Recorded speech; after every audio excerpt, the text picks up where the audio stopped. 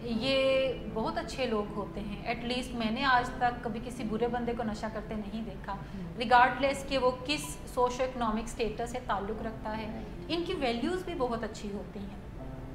Interestingly, ٹھیک. لیکن جیسے جیسے نشوں کی دنیا میں آگے بڑھتے جاتے ہیں, ویلیوز کا بھی بیڑا غرق ہو جاتا ہے, پرسنالٹی کا بھی بیڑا غرق ہو جاتا ہے, اور فیصلوں کا بھی بیڑا غرق ہو جاتا ہے. سو یہ سفر یا یہ کوئی ڈیسیژن کہ پیرنٹس کیا کریں, یہ نشہ شروع کرنے سے کافی پہلے پیرنٹس کو کرنا پڑے گا, بجائے کہ کوئی بچہ نشہ شروع کرتا ہے تو پھر بھی پیرنٹس کرتے ہیں, لیکن پھر اس میں تھوڑی کھینچ تانی جو ہے نا, وہ کھینچا تانی تھوڑی زیادہ ہے, تھوڑی تکلیف پیشنٹ کو بھی ملتی ہے. پیرنٹس کو خاص طور پہ بچوں کو بہت ارلی ایج کے اندر یہ بتانے کی ضرورت ہے کہ ڈرگز بھی کوئی چیز ہوتے ہیں, ڈرگز بھی دنیا کے اندر ہیں, آگے چل کے انہیں کوئی نہ کوئی بندہ ڈرگز بھی آفر کرنے کی طرف جا سکتا ہے. سو جب بھی کوئی بندہ ڈرگز آفر کرے تو وہ اس کو بھی منع کریں, اور گھر پہ بھی آ کے ضرور اطلاع کریں. اور والدین کو یہ بھی بتانے کی ضرورت ہے کہ نشہ جو چیزیں حاصل کرنے کے لیے یا جو محسوسات حاصل کرنے کے لیے ہم نشہ کرتے ہیں, ان محسوسات کو حاصل اور طریقوں سے بھی کیا جا سکتا ہے. وہ ہیلدی طریقے, واک کرنا ہے, اپنی ڈائٹ کو مینیج کرنا ہے, کوئی اپنا روٹین ڈسپلن لائف کے اندر بنانا ہے, چھوٹی چھوٹی پریکٹسز لائف کے اندر کرنا ہے, کائنڈ بیہیویئر رکھنا ہے, سیلف پروٹیکٹیو بیہیویئر رکھنا ہے. سو یہ بات والدین کو کوئی 4, 5, 6 سال کے عرصے میں اگر والدین سمجھا دیتے ہیں اور پھر اس کو باور کراتے رہتے ہیں اور اپنا بچوں کے ساتھ رشتہ فرینڈلی بناتے ہیں, فرینڈز لائک نہیں فرینڈلی بناتے ہیں, کہ بچے ہر بات چیت جو ہے, چاہے جو بھی